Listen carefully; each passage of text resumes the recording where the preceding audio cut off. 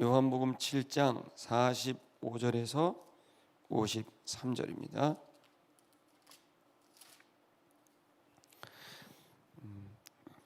제가 우리 다 같이 한 목소리로 45절부터 마지막 53절까지 우리 여러분 가지고 계신 성경으로 읽겠습니다.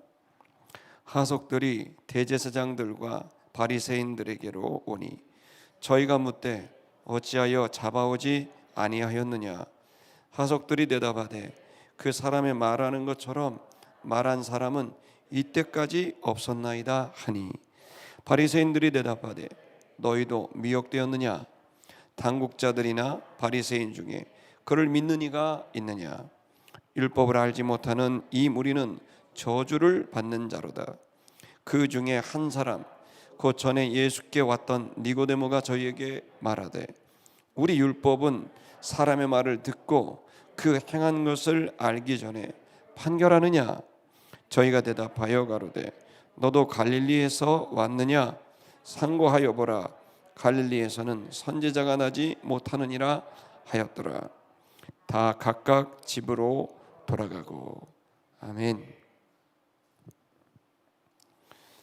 여러분, 그 가짜 뉴스라는 말 한 요 몇 년 사이에 많이들 이렇게 씁니다. 그 가짜 뉴스라는 말은 참 슬픈 말이에요.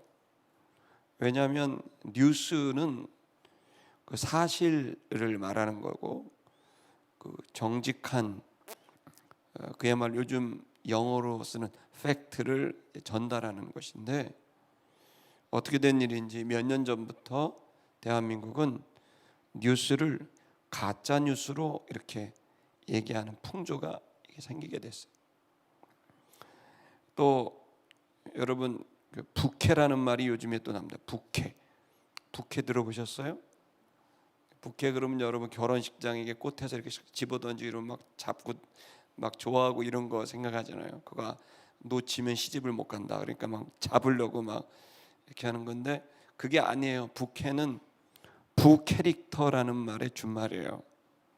부캐릭터가 뭐냐면은 온라인 게임을 하는 사람들이 자기를 원래 내 모습이 아니라 온라인상에서는 다른 내 모습을 보이는 거예요. 그래서 왜소하고 힘이 약하고 이런 사람들이 보통 온라인에서 자기의 부캐릭터가 마초맨 막 이런 머슬 킹 이런 식으로 이제 막 그레디에이터 뭐 이런 그런 걸로 자기의 그 캐릭터를 나를 바꿔서 사람들한테 보이는 거죠. 뭐 사실 요즘엔 자기 성도 여자인데 남자라고 얘기할 수 있는 결정하는 시대가 됐으니 부캐릭터는 사실 뭐 당연한 일일 수도 있는 겁니다. 근데 이게 이런 말들과 유행이 다른 말로 말하면은 믿을 수 없는 불신의 사회, 사실을 참 점검하기 어렵고 분별하기 어려운 그런 시대라는 얘기를 말하고 있는 거잖아요. 그래서 사실 근데 이렇게 사실을 파악하기 어렵고 분별하기 어려우면 그것으로부터 그걸 믿고 그게 사실이라고 믿고 어떤 일을 진행했을 때 그 뒤에 오는 뒷감당은 말하기 어려울 정도로 고통스러운 거죠. 모든 피해를 고스란히 국민들이 다 또 고스란히 당사자들이 전부 믿었던 당사자들이 전부 받게 되는 일이 벌어지는 거죠. 그러니까 지금은 사실 불신의 시대가 너무 커서 심지어는 정부 부처의 통계도 요즘은 잘 안 믿어요. 제가 지난달에 그랬죠. 지난달에 지난 3년 동안 아파트 값이 13%인가 올랐다고 통계청이 말을 했는데 대한민국 국민 중에 아파트 값이 3년 동안 13% 올랐다고 믿는 사람은 하나도 없을 겁니다. 우리 이 동네만 하더라도 그러니까 뭐 이제 정부가 말해도 이제는 안 믿는 것 같아요. 저부터도 진짜야 이렇게. 최근에는 또 코로나 때문에 교회가 어려움을 겪어서 뭐 미디어를 포털 사이트 들어가고는 뉴스 맨 교회가 그냥 매일마다 모든 뉴스에 나오는데, 그래서 진짜 교회로 인해서 감염된 사람이 몇 사람인지 그 발표를 안 해요.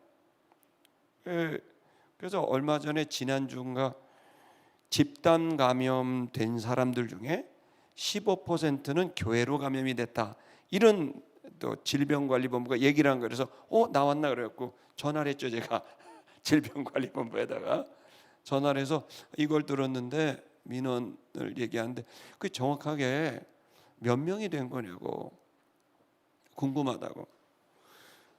그럼 85%는 어디서 감염된 거냐고.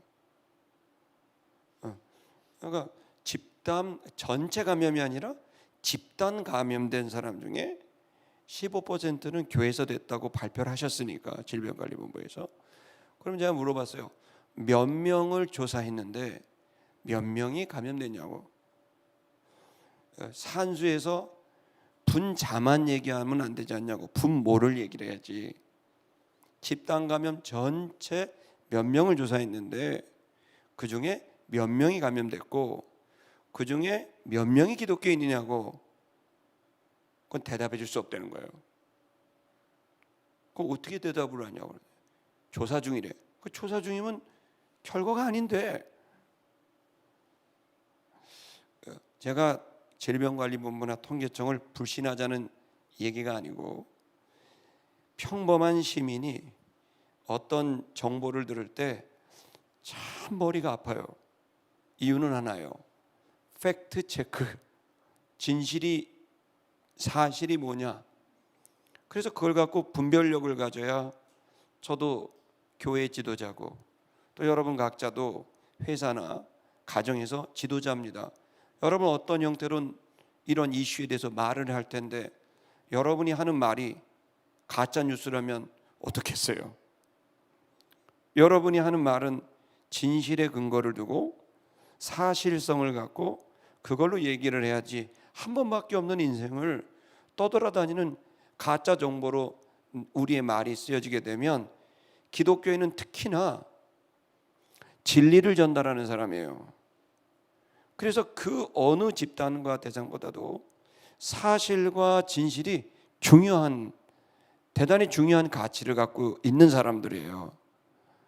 그런 면에서 오늘 본문의 말씀, 바로 그 분별력, 사실, 진실을 어떻게 우리가 이해하고 정리할 수 있는가, 그 방법을 얘기를 합니다. 그래서 오늘 저는 요한복음 여러분이 읽으신 본문, 거기에 누가복음 말씀을 조금 더 도움을 받아서 기독교인들이 어떻게 사실과 진실을 정리하고 또 그리고 분별력을 가져 살아갈 수 있는지에 대한 그 부분을 얘기하려고 합니다.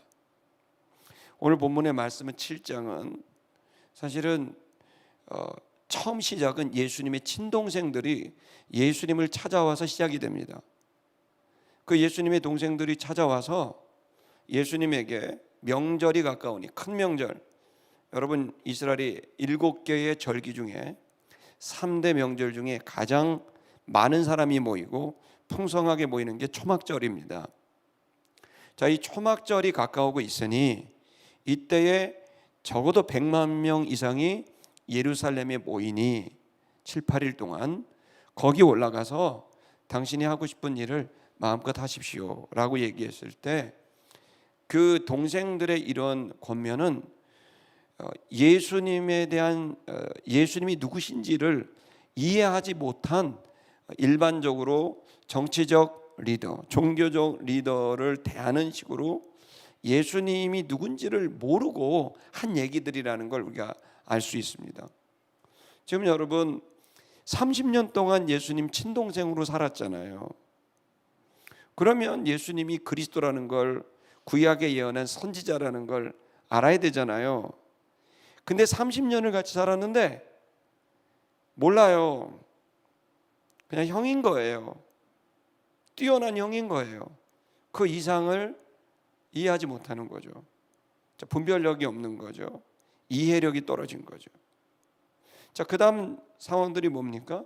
예수님이 조용하게 초막절에 올라가셔서 거기에 올라갔더니 예루살렘에 100만 명 이상의 사람들이 웅집해서 뭐 이슈가 있을 거 아닙니까? 가장 큰 이슈가 뭐예요? 예수. 그동안 수많은 기적이 일어났고 그 목격자들이 있고 증인들이 있고 당사자가 있고 또 그가 예수가 했던 말들을 들으니까 어때요? 사람들이 지금 난리가 났죠. 가장 큰 건 그를 소개했던 세례 요한. 그 세례 요한이 하나님이 준비한 어린 양이다 얘기를 하면서 그 사람들을 이렇게 정보가 막 혼재된 거예요. 어떤 사람은 그리스도다, 어떤 사람은 그리스도가 아니다, 어떤 사람은 구약이 예언한 그 선지자다, 어떤 사람은 아니다. 이 뉴스들이, 이 인포메이션이 혼재된 거죠. 그 사람들이 지금 어떻게 해야 될지 몰라요. 그때 예수님이 또 어떻게 합니까?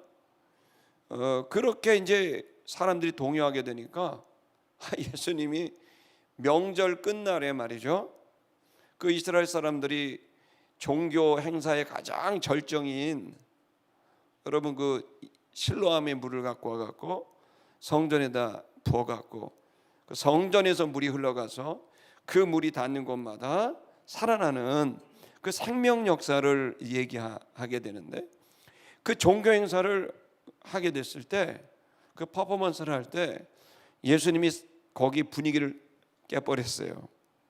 물을 확 붓듯이 거기서 고함을 치는 게, 누구든지 목마르거든 내게로 와서 마셔라.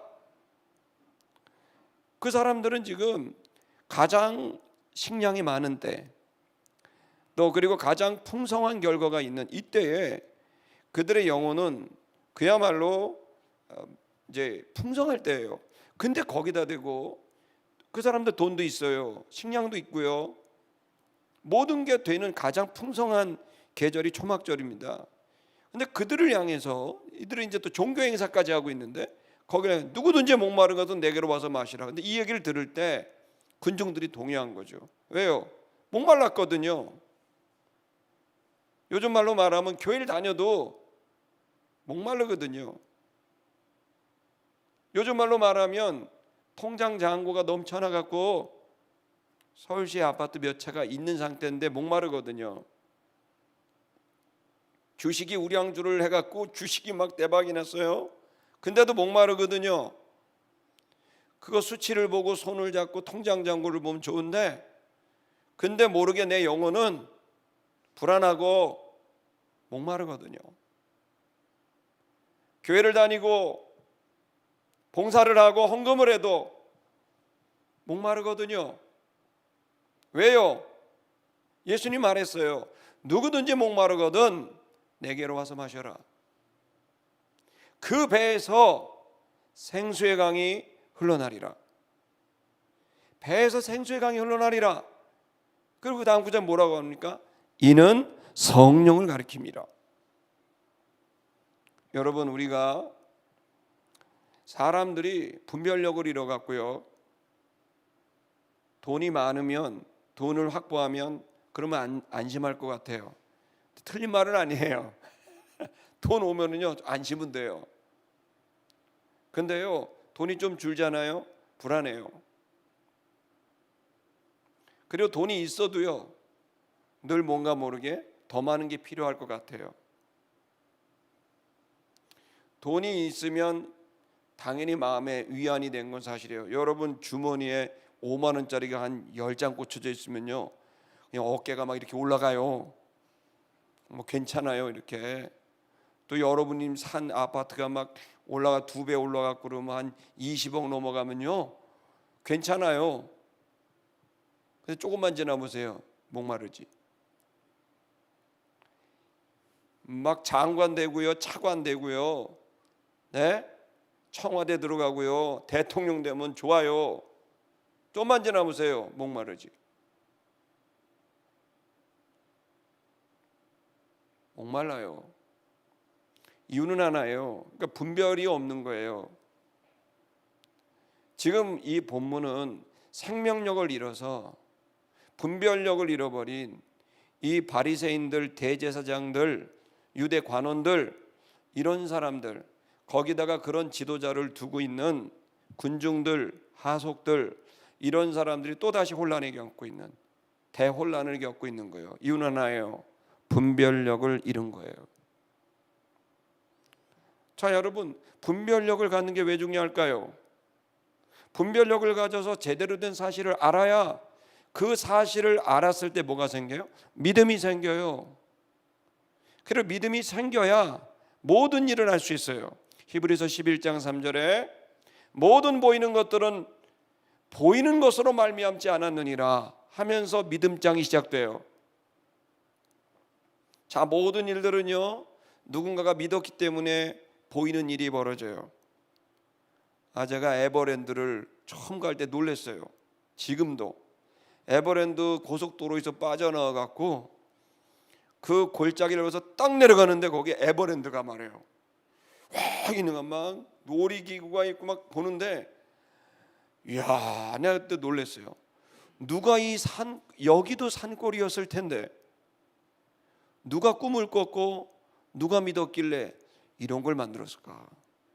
잠실에 가면요, 자꾸 롯데 얘기만 하네요. 100층이 넘는 빌딩이 있어요. 가보셨어요? 우리 모두 안 가봤지만 이야, 그거 대단하지 않아요? 그거 어떻게 100층이 넘는 걸 줘? 누가 믿었거든.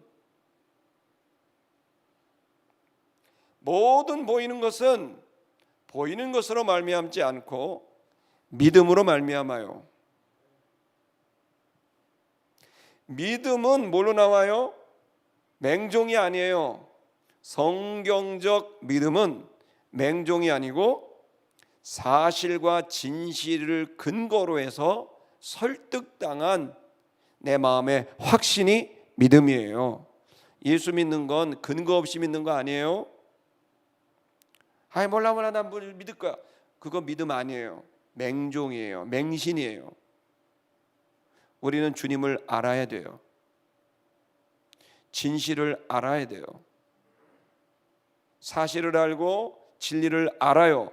그러면 믿게 되고 그 믿음이 우리의 삶을 만들어내고 역사를 만들어내는 거예요. 그래서 분별력은 너무너무 중요해요. 여러분이 알고 있는 게 사실이 아니라면, 여러분은 이것으로 뭔가를 만든다면 그 뒷감당을 어떻게 합니까? 나중에 다 했더니 아니래. 그러면 어떻게 해요? 여러분, 옛날에 유명한 웃기는 얘기인데 한번 웃을 준비하세요. 엄청 웃겨요. 이제 들어보세요. 어떤 사람이 집을 딱 갔는데 아파트 꼭대기에 12층에 사는 거예요. 그날따라 회사에서 불고기 세트를 받아와서 짐이 이렇게 큰데 술을 살짝 먹은 거예요. 딱 왔더니 엘리베이터 고장이야. 그래갖고 어쩔 수 없이 12층을 올라갔어요. 그랬더니 옆동이야. 그 내려왔대잖아. 자기네 집이 아니라고. 최선 내려갔고 다시 내려갔고 또 올라갔더니 이번에는 또 엘리베이터 고장이 나갖고 옆 라인으로 올라간 거예요. 안 웃겨요? 이게 끝인데 이거 엄청 웃긴 거 아니야? 아니, 여러분이 그 당사자가 됐다고 생각해봐.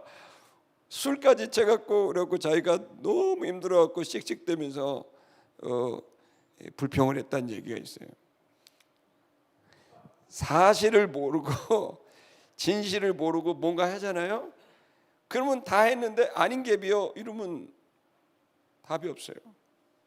그래서 여러분, 믿음을 갖게 해서 좋고 일의 결과가 좋은 열매를 맺게 하기 위해서는 반드시 정확한 사실과 진실을 알아야 돼요.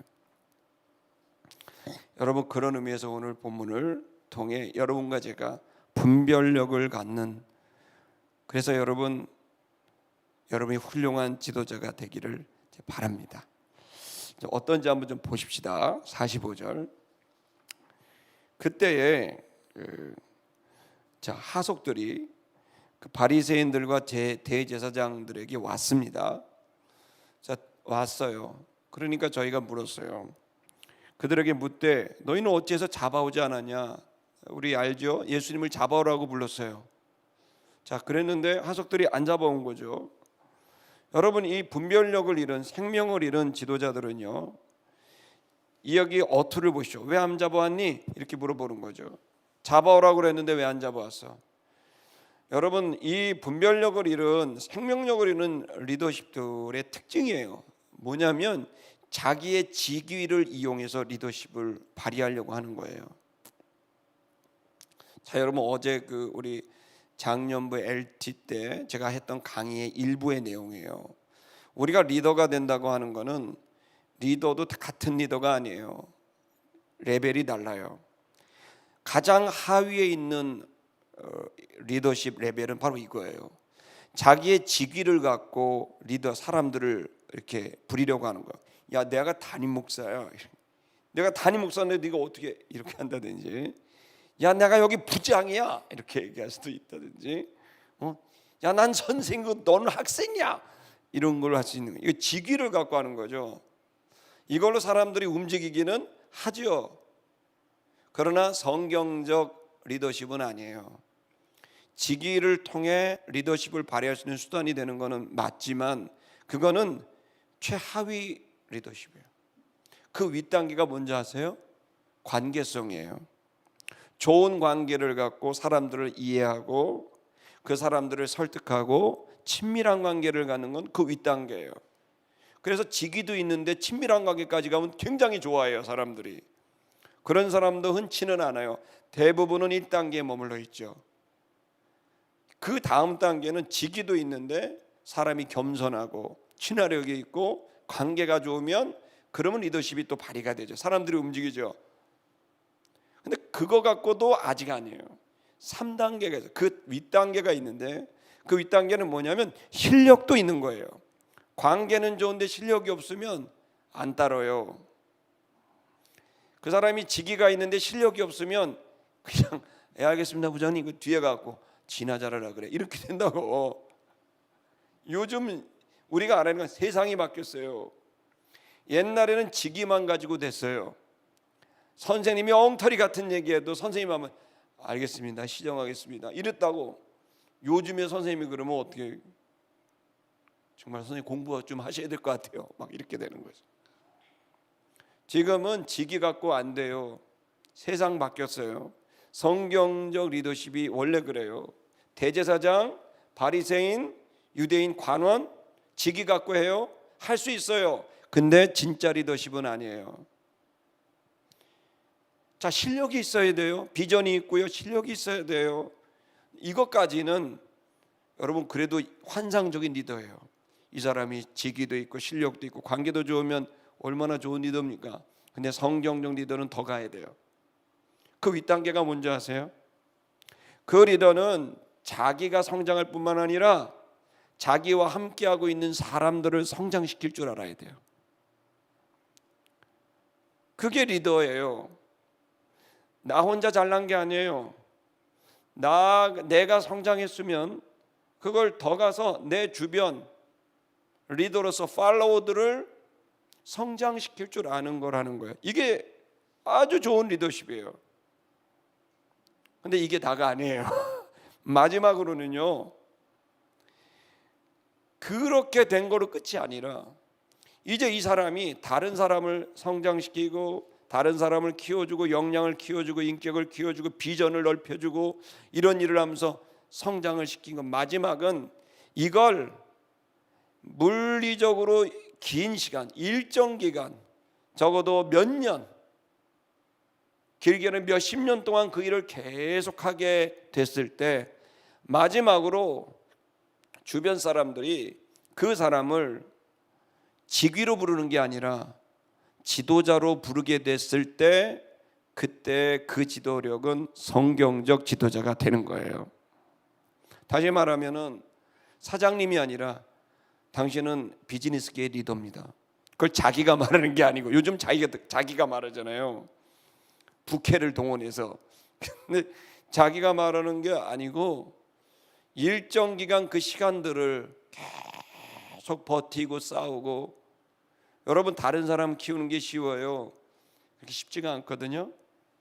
중간에 받기만 좋아하는 사람들도 있고 많아요. 그러나 그걸 포기하지 않고 자기도 성장하면서 동시에 다른 사람도 계속 성장을 시키는 일을 계속하게 되면 나중에 사람들이 그 사람을 담임 목사님 이렇게 안 부르고, 사장님 그렇게 안 부르고, 부장님 그렇게 안 부르고, 당신은 진짜 리더라고, 이 시대의 리더고, 당신은 우리 대한민국의 지도자라고. 지금 한국의 가장 큰 문제가 리더가 없는 거잖아요. 자기가 온전히 살고 다른 사람들까지 키워주면 얼마나 좋을까요? 어떻든 여기에 나와 있는 이 바리새인들과 대제사장들은 아주 그 직위만을 가지고 그걸로 자기를 따르는 사람들을 압박해서 뭔가를 얻어내려고 하는 사람들입니다. 자, 여러분, 이제 우리는 우리 자신을 분별력을 갖고 분별하고, 더 나아가서 저와 여러분들이 다른 사람들, 나와 함께하고 있는 나의 가족이 될 수도 있고, 직장 동료가 될 수도 있고, 이웃들이 될 수 있어요. 그 사람들의 어려움을 풀어주고, 그 사람들을 성장시키고, 자, 그 사람들이 또 다른 사람들을 그렇게 살리고 키울 수 있도록 계속해서 포기하지 않고 우리의 삶을 살아가게 되면 언젠가는 주변의 사람들이 당신은 어떤 직위가 아니라 당신의 진짜 리더라고, 지도자라고. 그럼 맨 마지막 끝장판에 가면 마지막 그것을 다 했을 때 주께서 우리에게 잘했다, 충성된 종아라고 말하는 순간이 오게 될 줄 믿습니다. 자, 왜 예수님이 오셔야 될 시기입니까? 그 당시의 지도자들이 다 이러한 한심한 지도자들이었기 때문에 그렇습니다. 지금 이 문제가 2000년 전에만 적용되는 걸까요? 여러분 다니고 있는 회사, 여러분이 몸담고 있는 공동체가 어때요? 그래서 지금 우리는 이 말씀을 통해 우리 모두가 성장되기를 바랍니다. 좀 더 보시겠어요? 자, 그렇게 하니까 46절에 우리 46절 다 같이 읽을까요? 시작. 하석들이 대답하되 그 사람이 말하는 것처럼 말한 사람은 이때까지 없었나이다. 이때까지 없었다. 하석들이 뭐라 하냐면 지금까지 우리가 잡으러 갔는데 이렇게 한 사람은 없었습니다라고 얘기를 한 거예요. 이게 무슨 말이에요? 이거 너무너무 이제 사람들이 이제 잡아올 수 없는 사람입니다. 이거는 하석들의 분별력이죠. 잡아오라고 명령을 받았는데 막상 잡으려고 하니까 이 사람 보통 사람 아니야. 자기들이 관찰하고 보니까 그렇다는 거예요. 분별력이 있어요. 근데 이 분별력이 여기서 이 얼마나 현장감 있는 분별력입니까? 정보입니까? 그런데 이게 이 집단에는 소용이 없어요. 건강하지 않은 집단이라는 거죠. 자, 계속 좀 보십시다. 47절. 자, 47절 읽겠습니다. 시작. 바리새인들이 대답하되 너희도 미혹되었느냐라고 되어 있어요. 이제는 플레임을 씌워요. 이거 정확한 정보를 준 건데, 관찰한 소중한 정보를 줬는데 거기다 플레임을 씌워. 너 미혹됐어? 이렇게 된 거예요. 판단을 해서 하는 거죠. 이 사람들이 왜 이렇게 갈까요? 대제사장들과 이 바리새인들이요, 한 가지예요. 자기의 권력이 누수되거나 잃어버리게 될까 봐 걱정하는 거예요. 그래서 어떻게든 이 예수가 그리스도가 아니기를 바라는 듯한 느낌인 거예요. 이들은 사실을 알고 싶은 게 아니에요. 예수가 제거되기를 바라고 싶은 거지. 자, 우리 잘 생각해 보셔야 돼요. 우리도 살 때 이렇게 사고할 수 있어요. 반면 선생 삼아야 돼요. 사실에 근거해서 우리의 생각을 바꿀 줄 알아야죠. 결론을 정해놓고 모든 정보를 편집시켜 버리면 어떻게 해요?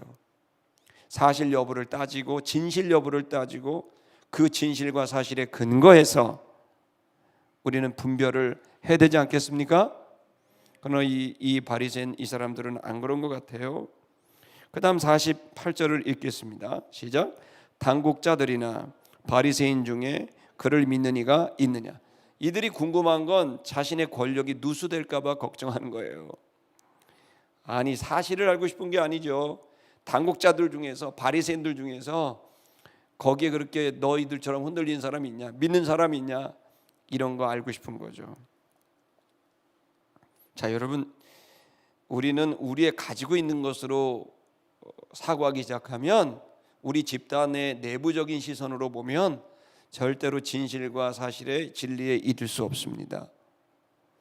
기독교는 사실과 진실과 진리의 근거를 두고 가는, 여러분, 우리 공동체인 줄 믿습니다. 자, 이들은 그게 아니라 자기의 내부적 시선에서 보죠. 자, 49절도 읽겠습니다. 시작. 율법을 알지 못하는 이 무리는 저주를 받은 자로다. 야, 이제 자기 말 안 들으면 율법을 모르는 거고, 자기들 공동체를 주장을 따르지 않으면 저주받을 자라는 거예요. 논리의 3단 논법을 하죠. 우리는 율법의 성경적이다, 이 말이에요. 그리고 우리를 따르지 않으면 성경적이 아닌 사람이 된 거고, 성경적이 아닌 사람은 저주를 받는다, 이런 논리를 펴는 거죠. 여러분, 사람들은 우리가 단어와 말로 바뀌는 게 아니라 논리로 바뀌는 건데, 이들의 논리는 이런 논리인 거예요. 맞는 논리죠. 성경적이지 않으면 저주받는 게 맞죠. 틀린 말이 아니에요. 그러나 여러분, 이 논리를 적용하게 된 동기와 목적은 진실을 알고 싶은 게 아니라 내가 가지고 있는 걸 지키고 싶은 거라는 거예요. 결국 나죠. 우리 집단이죠.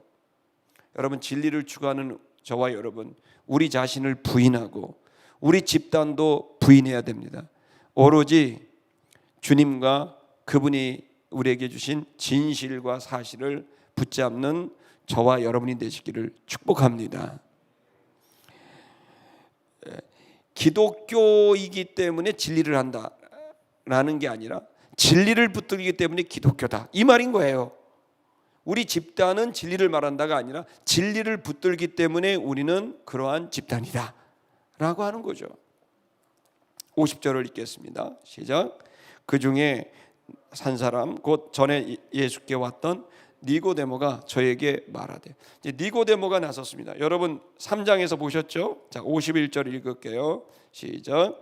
우리 율법은 사람의 말을 듣고 그 행한 것을 알기 전에 판결하느냐.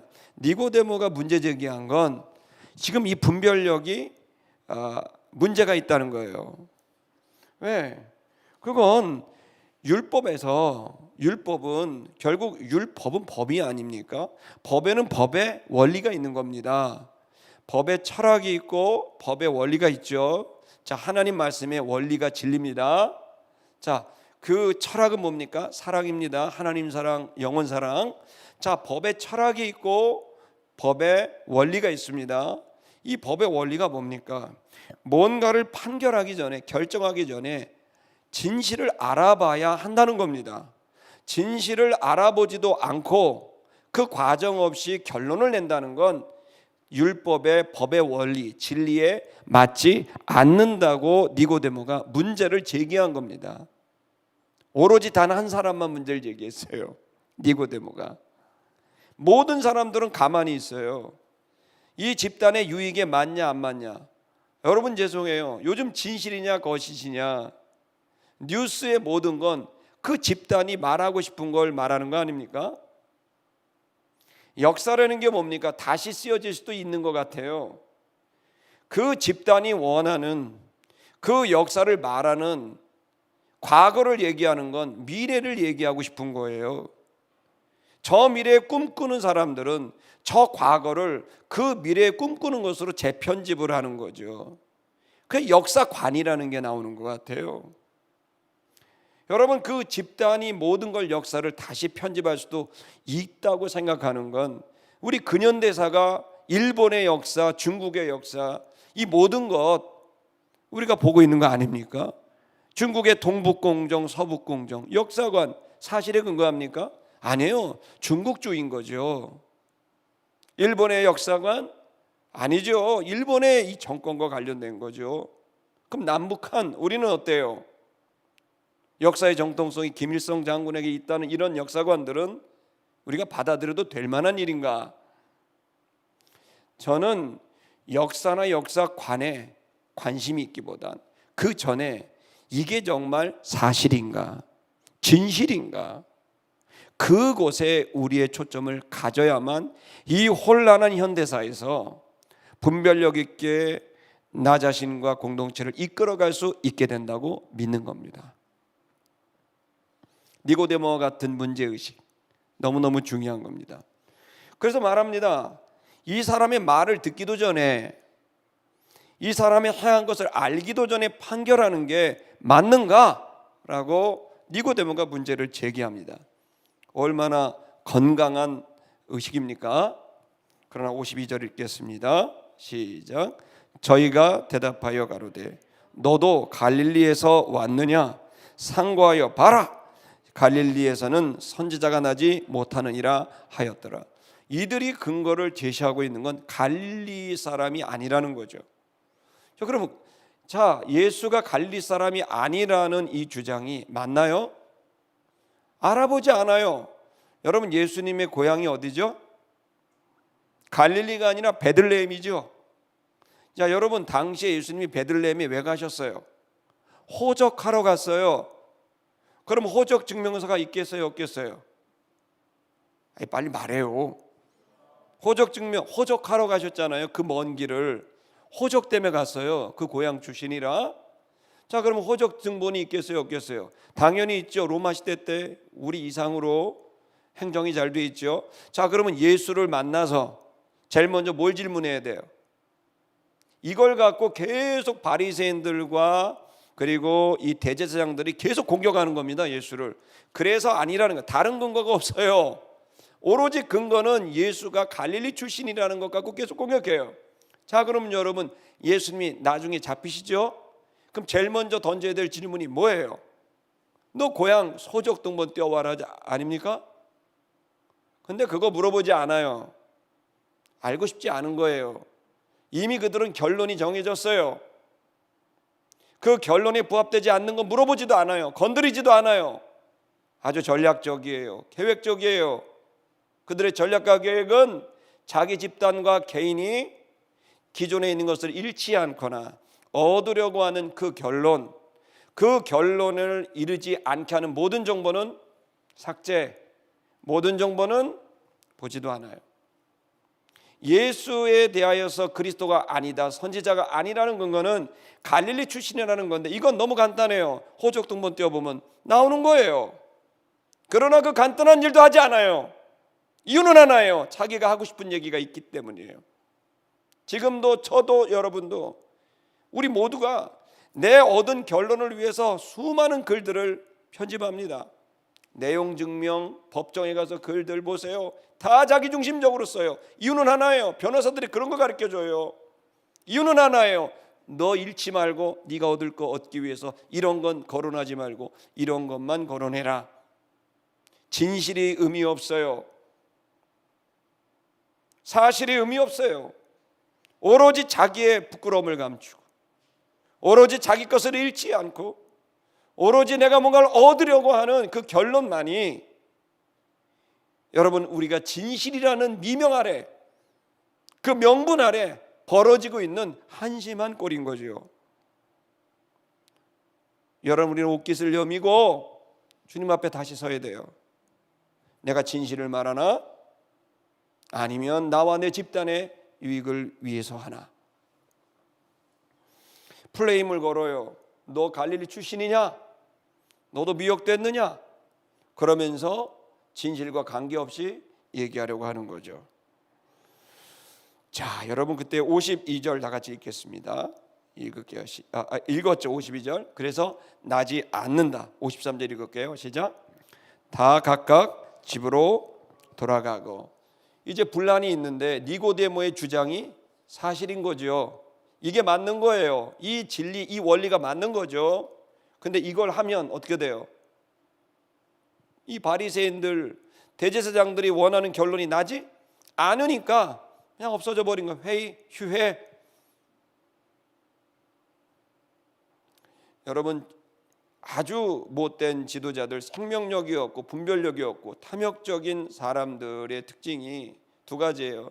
어떤 자기 결론에 이르러서 진행될 때 이처럼 소리치고 상고해봐라, 생각해봐라, 깨달아봐라, 그래서 막 밀어붙여요. 큰 소리치고요, 분위기 험하게 하면서 자기가 원하는 걸 쥐려고 해요.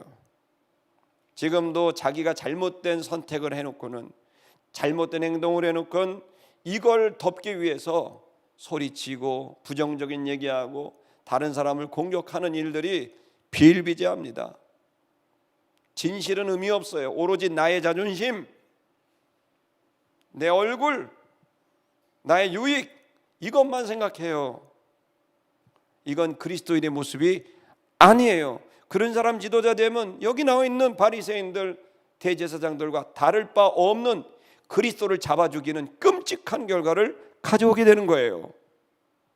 아름다운 게 성도 여러분, 매우 중요한 설교입니다. 이 혼란한 시대 때 그럼 어떻게 우리는 사실과 진실을 분별해낼 수 있을까요? 여기에 누가복음 1장을 조금 여러분들에게 본문을 도움을 좀 우리가 받으며 지금 니고데모의 이야기와 누가복음 1장의 이야기를 통해서 우리가 분별력을 가질 수 있는 기준을 좀 잡아보도록 하겠습니다. 누가복음은 말 그대로 누가라는 사람이 기록했죠. 누가의 직업이 뭐죠? 의사입니다. 여러분, 이 의사는 얼마나 똑똑했겠어요. 지금도 의사들이 똑똑하시죠. 근데 고대의 의사도 마찬가지예요. 아주 똑똑하신 분인 거죠. 자, 이 똑똑한 분이 성경을 썼어요. 누가복음과 사도행전을 이어서 쓴 겁니다. 그래서 누가복음은 굉장히 합리적이고 객관적인 그런 사실 중심의 기록이라고 봅니다. 그래서 여러분, 이것은 이방인들, 유대인들에게는 마태복음을 쓴 겁니다. 마가복음은 기준을 잡은 거고 누가복음 이방인들입니다. 그래서 이방인들이나 이 사람들은 객관적인 지식이 필요한 겁니다. 헬라 교육을 했고 로마 교육을 받았기 때문에 대단히 철학적이고 또 그리고 합리적입니다. 그래서 여러분, 이 누가복음 사도행전은 우리가 좀 봐볼 만해요. 믿지 않는 사람들이 읽으면 참 좋은 내용으로 진행되게 되죠. 자, 우리 누가복음 1장을 좀 도움을 좀 받으십시다. 누가복음 1장 1절을 다 같이 좀 읽어볼까요? 시작. 우리 중에 이루어진 사실에 대하여. 자, 보세요. 뭐에 대하여? 사실에 대하여. 사실이에요. 지금 우리의 고민은 사실을 분별해내는 분별력입니다. 누가복음은 뭘 전하고 싶었냐? 사실을 전하고 싶었던 거예요. 2절 읽을게요. 시작. 처음부터 말씀의 목격자되고 일꾼된 자들의 전하여 준 그대로 내력을 저술하려고 붓을 든 사람이 많은지라. 붓을 든 사람이 많았다. 많은 사람이 예수에 대하여 글을 썼다는 거예요. 붓을 들었다는 얘기, 썼다는 거죠. 자, 얼마나 많은 글이 예수에 대하여 있었는지 모릅니다. 수많은 사람들의 목격자, 이 증인들이 글을 썼던 겁니다. 그 중에 4권을 선별했는데 그게 바로 이 마태, 마가, 누가, 요한입니다. 그리고 이 누가복음은 그거를 미리 얘기한 걸 봐서는 수많은 글들이 있지만 이걸 보다 더 논리적으로 합리적으로 사실에 근거해서 쓰려고 했다는 얘기를 하고 있는 거죠. 그래서 1장 1절에 사실이라는 말을 제일 먼저 꺼낸 거예요. 그러니까 황당한 얘기가 아니라 실제 사실을 나는 담고 싶다. 자, 그렇죠. 자, 3절을 읽겠습니다. 시작. 근원부터 자세히 미루어 살핀 나도 데오빌로 각하에게 차례대로 써보는 것이 좋은 줄 알았노니. 자, 첫 번째가 뭐냐면 우리가 사실을 근거할 첫 번째, 근원부터 알아야 됩니다. 근원부터. 그리고 두 번째는 뭐냐면 여기 모든 일을 근원부터 자세히 미루어 살피나 이렇게 되어 있습니다. 그리고 데오빌로 각하에게 차례대로 써 보내는 것이 좋은 줄 알았노니. 자, 저를 보십시오. 두 가지가 나옵니다. 하나는 근원입니다. 처음 시작이 뭐냐? 예를 들어 여러분, 지금 막 판사들이 굉장히 진보적인 판결을 막 하시죠. 지금 막 바뀝니다. 지금 요 몇 년 사이에 다 바뀌어요. 왜 그럴까요? 이 판사들이 왜 그럴까요? 판사들의 생각이 바뀌어서? 아니에요. 이 방망이를 뚫으신 분들은 대학 때부터 그런 일을 해왔던 판사들이에요. 대부분 지금 서울대학교 80년대 초반 그때 사법고시 봤던 그 그룹들이 지금 판사가 되셔갖고 진보적인 판결을 하죠. 그게 좋으냐 나쁘냐는 건 역사가 결과를 낼 거지만, 제가 얘기는 뭐냐면 그냥 오늘 2020년의 판결이 2020년 난 게 아니라 근원 80년대 초중반에 이미 그 모든 법 철학이 거기서 다 결정이 됐다는 거예요. 그들은 집단적으로 모여서 진보적 법 그룹을 동아리를 만들었고 그게 지금까지도 이어지고, 그 그룹들이 수십 년이 되니까 지금은 50대 후반이 되시니까 이제는 부장판사들이 다 되셔가지고 이 판결을 내리니, 이 판결은 지금 결정된 게 아니라 기준이 80년대 초반에 결정이 됐다는 거예요. 모든 일이라는 거는 어느 한순간에 되지 않아요. 어떤 사람이 나와서 청문회 나와서 얘기를 해도 이 사람이 지금 이 이야기하는 게 어디서부터 시작됐는지, 어디서 두각을 나타냈는지, 여러분 그게 나오게 되는 거죠. 여러분 그래서 우리는 항상 이 사람의 뿌리가 뭔지를 찾아봐야 돼요. 어디서부터 가나. 여러분 JMS가 정명석 이런 사람 다 통일교에서 나온 겁니다. 여호와의 증인 뭐 여러분 지금 이단들이 어느 날 갑자기 툭 나왔나요? 아니에요. 그 뿌리를 찾아가 보면 어느 지점에 나와 있어요. 어디서부터 왔는지 근원을 미루어 정확하게 판단을 해야 돼요. 두 번째 뭡니까? 그때부터 지금까지 어떤 행적을 보여왔는지를 살펴야 돼요. 어떤 말을 했고, 어떤 논문을 썼고, 어떤 글을 썼고, 어떤 행위를 했고, 다 찾아보는 거예요. 그래야 사실을 추적할 수가 있어요. 지금 얘기하는 것만 갖고 단편적으로 듣는 건 여러분 분별력이 떨어지는 거예요.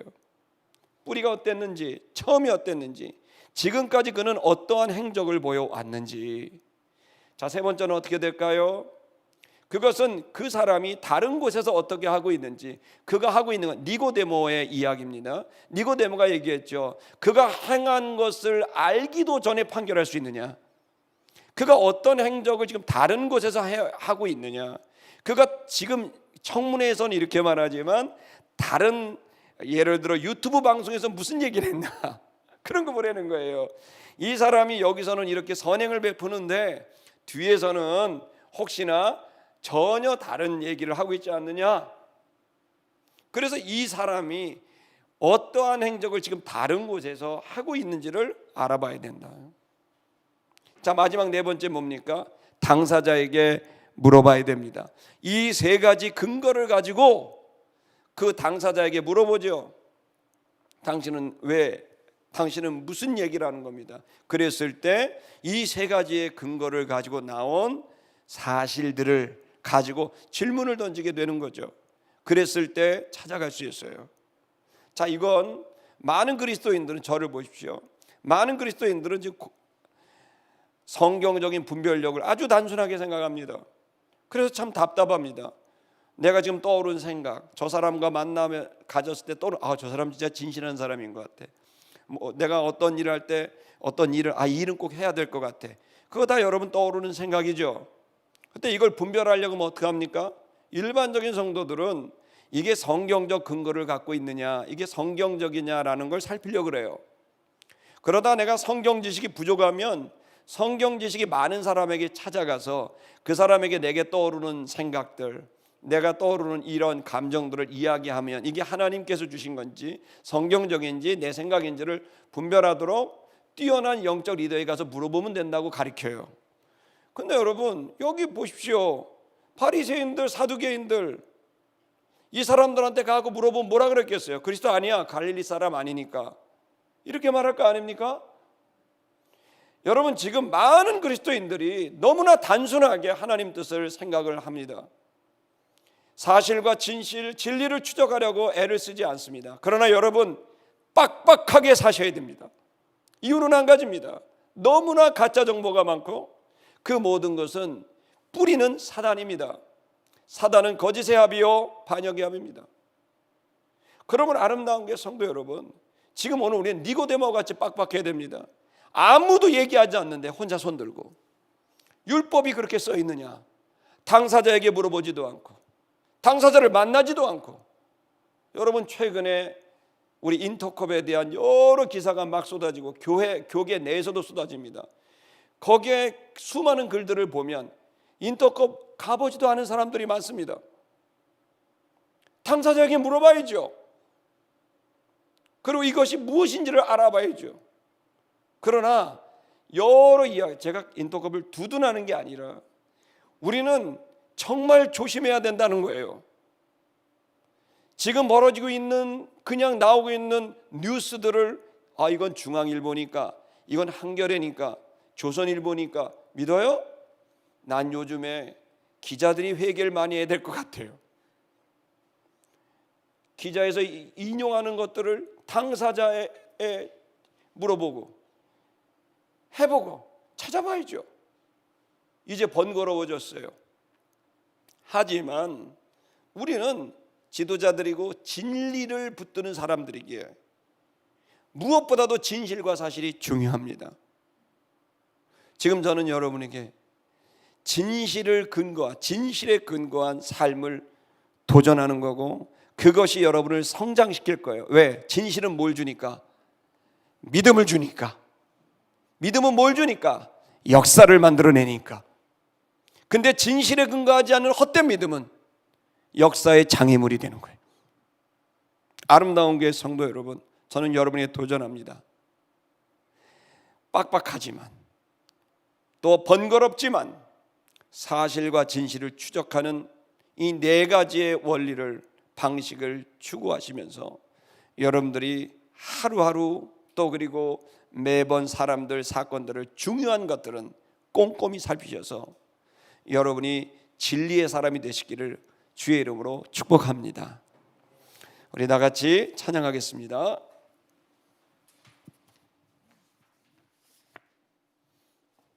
우리 옆에 사람 보면서 인사하겠습니다. 힘내십시오. 주님이 함께 하십니다.